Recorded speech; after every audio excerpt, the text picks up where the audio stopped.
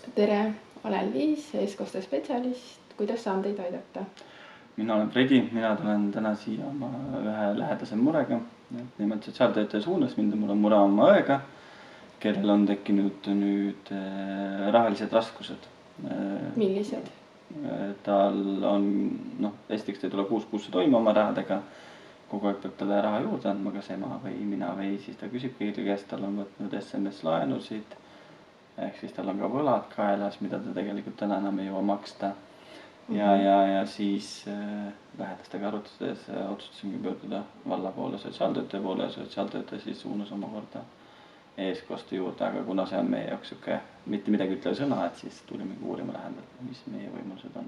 Ja tõesti üks võimalustest, kui on rahadega probleemid, on võimalus pöörduda eestkoste poole. Kuid minul esiteks, kui ma sellest täpsemalt räägiks, tahaks uurida seda osa, et kas te olete näiteks võlanõustamisel käinud või töötukassa poolt mingil nõustamisel, et seda rahaprobleemi nagu nii-öelda analüüsida, et millised võimalused nemad on seal pakkunud.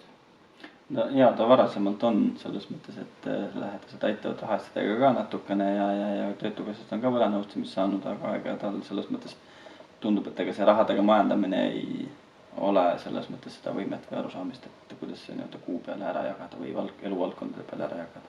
Aga kas on lisaks sellele, et ta rahadega majandada ei oska, on ka mingeid muid olukordi, kus ta vajab abi pere poolt või lähedaste või sõprade poolt? No üldjuhul ta saab hakkama selles mõttes.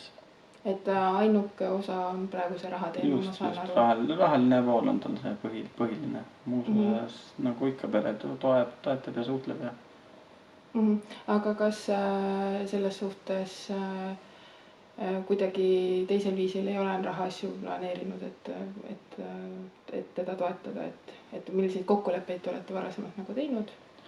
Ega meil ei olegi teilt selles mõttes täpselt arusaamist, mis seis tal rahadega on. Ega ta meile ei ütle ja ei oska võib-olla öelda ja meil ei ole ka ligipääsu tema asjadele. Selge. Kas selles suhtes, et see eestkoste poole pealt on hästi oluline teada seda, et ta ei tule asjadega toime. Teine asi on see, et eestkoste määratakse inimesel, kellel on diagnoositud mingi teatud häire, millest tulenevalt ongi tema vaimne seisund selline, et ta ei suuda ise enda rahaliste asjadega toime tulla. Et kas tema puhul on mingeid diagnoose, mida te teate? No peast ei tea, mis diagnoosid on, aga tal selles mõttes jah.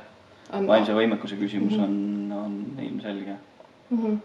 Et ma saan aru teie murest, et selles suhtes, et eestkoste seadmise puhul on see, et kui teie õde võetakse eestkostele, siis eestkostja ülesanne ongi vaadata tema need võlgnevused, hakata seda stabiliseerima ja vaadata, et tema elukorraldus oleks kõik korras ja seda muidugi teeb kohus. Ja et seda kõike tegema hakata, on võimalus teha kohtul avaldus, mida te saate ise teha või siis koostöös kohaliku omavalitsuse ehk siis minu eestkoste spetsialistiga, siis te saame koostada vastava avalduse, et inimene, et seda menetlust alustada. Ja siis selleks, et tuleks maksta 10 eurot Rahandusministeeriumisse, vastav info ma saan teile anda pärast paberkandjal, et kuhu te saate siis ülekande teha ja siis me saame kohtule selle avalduse koostada koostöös. Ja kindlasti pean ma teie õega ise ka kohtuma, vaatama, kuidas tal läheb, sest eestkostet on võimalik teha osaliselt ehk antud teemal rahaliselt, kui ka täielikult, et kui ta ei saaks elukorraldustega hakkama, kui ta asjaajamistega hakkama ei saa, et kas ta töötukassas käib nagu ise või peate teie seal aitama.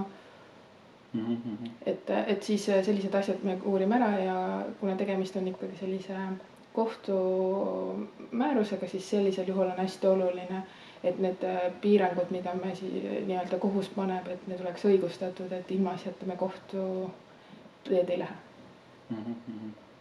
Ühesõnaga pikk ja keeruline protsess, nagu ma aru saan. Aga kas on kuskil, kus ma saan seda infot juurde lugeda või see teekond on täpsemalt kirjeldatud, mis nii-öelda protsess? See teekond on kirjeldatud eestkostja teejuhises, mis asub siis kohtu lehel, et selle lingi ma saan teile peale kohtumist saata, saate tutvuda. Ja lisaks eestkostest räägib ka hästi palju ka perekonnaseadusest olenevad paragrahvid, kus on kirjas aga taotlused ja vormid ja Taotlused on vabas vormis kohtule või siis kohalikku omavalitsusele, et näiteks, et te tahate ise hakata, sest seal on võimalus ka, et te saate lähedasena ise olla eestkostja ja samuti saab ka kohalik omavalitsus olla. Aga eestkostja rollis on see, et 1 kord aastas te peate aruannet esitama, et kas seda teeb siis lähedane või teeb ka siis kohaliku omavalitsuse spetsialist. Ehk siis see ei peagi olema kohalik omavalitsus, vaid see võib olla lähedane või ema. Ja keegi füüsiline isik, kes on, annab nõusoleku kohtule, et ta teema rahaasjadega toimetab, kuna tegemist on hetkel rahaliste tehingute küsimustes. Et siis te saate minna. Ja siis, kui see kohtumäärus nii-öelda tuleb positiivne otsus, et näiteks siis, et varatehingud läheb eestkostja täitmisele, siis sellisel juhul saate siis nii-öelda hakata toimetama tema rahaasjadega. Või siis tegeleb sellega vald. Väga hea, infot on nüüd palju, saan rahulikult mõelda ja saan lugeda siis juurde ja siis ilmselt tulla järgmiste sammudega nii-öelda teie juurde. Jah, et kõigepealt tuleb mõelda, kas te tahate ise või teie lähedast, et saab keegi alustada ja siis, et saame koos ja kindlasti tahan ka kohtuda ennevalt. Jah, aitäh.